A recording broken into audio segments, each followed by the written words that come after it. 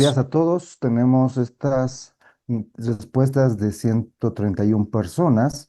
En cuanto a la primera pregunta respecto al impacto inicial del COVID desde finales del 2019 al final del 2021, la mayoría indica que perdió hasta el 20% de sus miembros. En segundo lugar están los que perdieron, indican que perdieron igual, el punto, no perdieron miembros en segundo lugar, pero en tercer lugar perdieron entre el 21 y el 30% de sus miembros.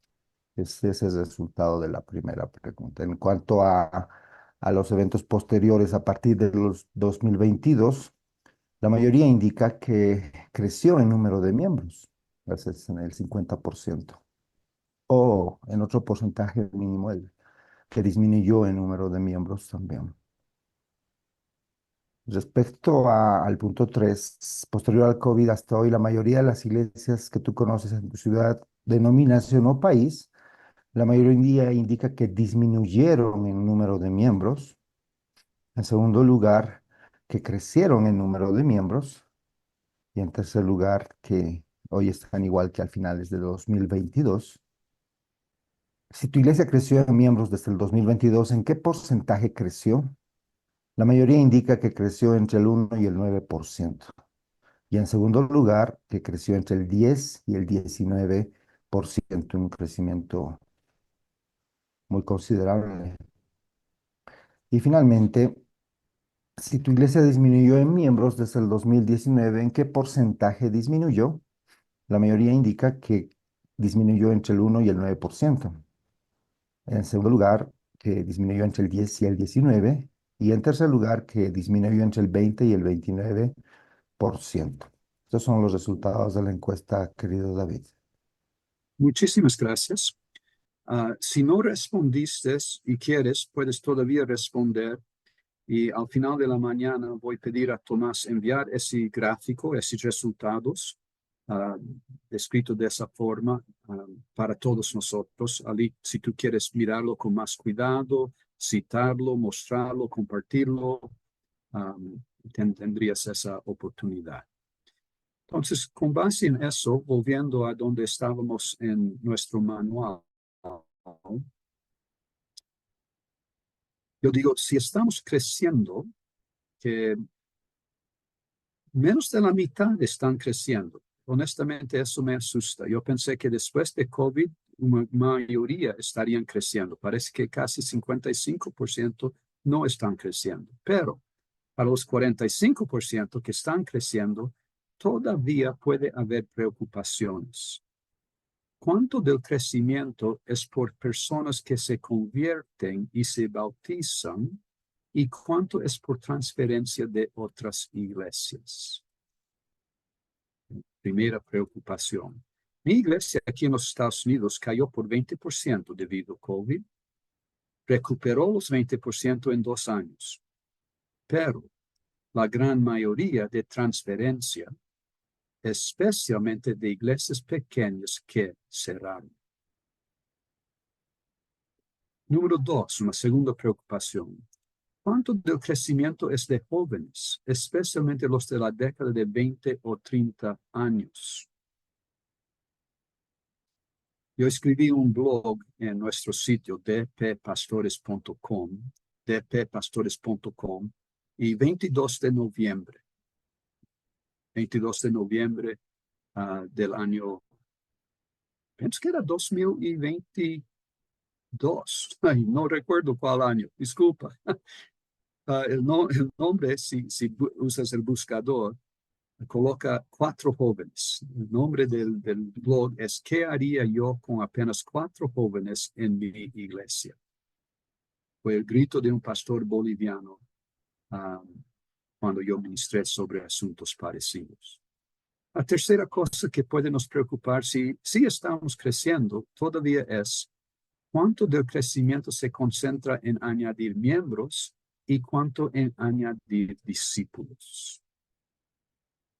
¿Qué porcentaje de los miembros de tu iglesia se identifican en ser creyentes?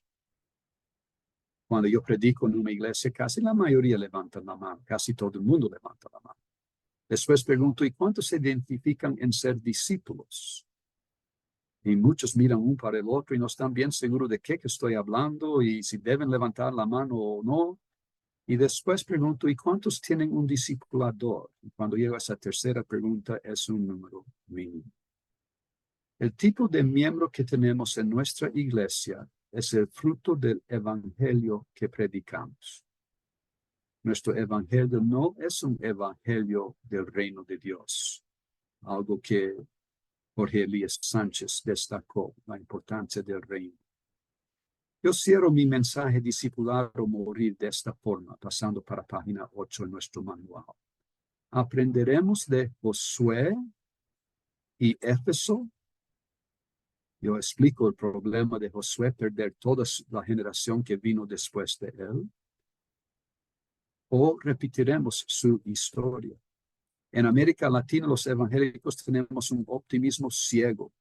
Nuestra ceguera proviene de haber visto un crecimiento increíble y milagroso en los últimos 50 o 60 años, 70 años. Hemos pasado de ser una minoría sin voz a ser un poder político y una parte importante de nuestros países. No muy diferente de lo que le sucedió a Constantino en el siglo IV. Eso debe nos asustar. A.W. Tozer tocó la trompeta en 61, hace unos 60 años. Subraya las oraciones más importantes a continuación. El bajo concepto de Dios, sostenido casi universalmente entre los cristianos. Él no estaba hablando del mundo, estaba hablando de las iglesias, de los cristianos. Es la causa de 100 males menores en todas partes. Una filosofía completamente nueva de la vida cristiana ha resultado de este error básico en nuestro pensamiento religioso. Está perdida del concepto, esta pérdida del concepto de majestad llega cuando básicamente y las iglesias se vuelven más prósperas que en cualquier otro momento en los últimos siglos. Pero el aspecto más alarmante es, y debe subrayar esto, nuestras supuestas ganancias son casi todas externas y nuestras pérdidas son completamente internas. Y dado que es la calidad de la religión la que se ve afectada por las condiciones internas, es probable que nuestras supuestas ganancias sean solo pérdidas repartidas en un campo más amplio. Escrito 60 años atrás. Se está repitiendo esta historia en nuestras vidas. Si nuestra iglesia está creciendo, ¿será que no está creciendo de forma saludable?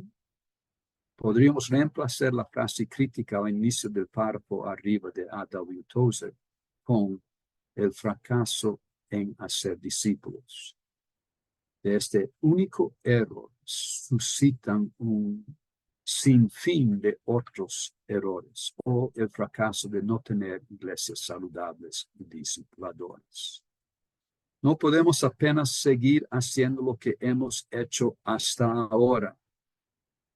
3 puntos de exclamación si quieres añadir los tuyos. Nadie cambia de forma significativa sin entrar en crisis. No como individuo, ni como grupo, ni como iglesia, ni como denominación.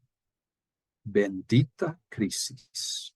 Que Dios pueda profundizarla en nuestras vidas personales, como también a través de nuestras vidas. Estamos adormecidos. Necesitamos desesperadamente despertar. Alguien escribió un libro sobre el propósito de la iglesia y dijo, el propósito de la iglesia es besar sapos. Pegar personas que desesperadamente necesitan de vida y traer vida. Nosotros mismos necesitamos despertar. Pablo llama a la iglesia de Éfeso a hacer eso. despertar. Oye el sonido de trompeta que él levanta en Efesios 5:14 en la versión del mensaje. Despierta de tu sueño. Conocemos mejor, despierta tú que duermes. La siguiente frase es chocante. Salgan de sus ataúdes. Cristo te mostrará la luz.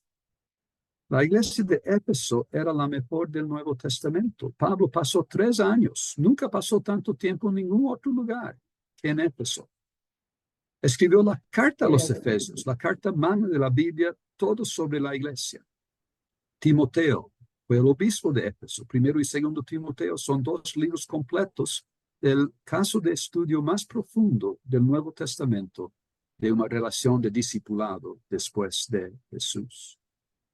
Éfeso fue el centro del ministerio del apóstol Juan en sus últimas décadas. Con todo esto, en Apocalipsis, la iglesia, ya pasé para la página 9, la iglesia de Éfeso está a punto de ser extinguida. No por fuerzas externas, por el imperio romano, por las religiones de su día, por la perseguición, nada de eso. Jesús dijo que ni las puertas del infierno prevalecerán contra su iglesia. El problema son las fuerzas internas destructivas. El mismo tipo de amenaza destacada en mi carta abierta a pastores e iglesias. Para Éfeso, el Espíritu Santo escribe: recuerda por tanto de dónde has caído y arrepiéntete y haz las primeras obras, pues si no, vendré pronto a ti, Cristo hablando, y quitaré tu candelero de su lugar si no hubieres arrepentido. ¿Quién es el responsable de todo esto? La carta es escrita a el ángel de la iglesia, comúnmente entendido como el pastor de la iglesia. En ese momento, los pastores recibieron una advertencia y hoy no es diferente. Apocalipsis está escrito sobre los últimos tiempos. Se aplicaba a la situación de la iglesia al final del primer siglo. Es muy posible que se aplique de nuevo a nosotros, que podemos estar aproximándonos a los últimos tiempos. Cerrando con una pregunta para reflexión. ¿Qué te está diciendo Dios o qué más llama tu atención?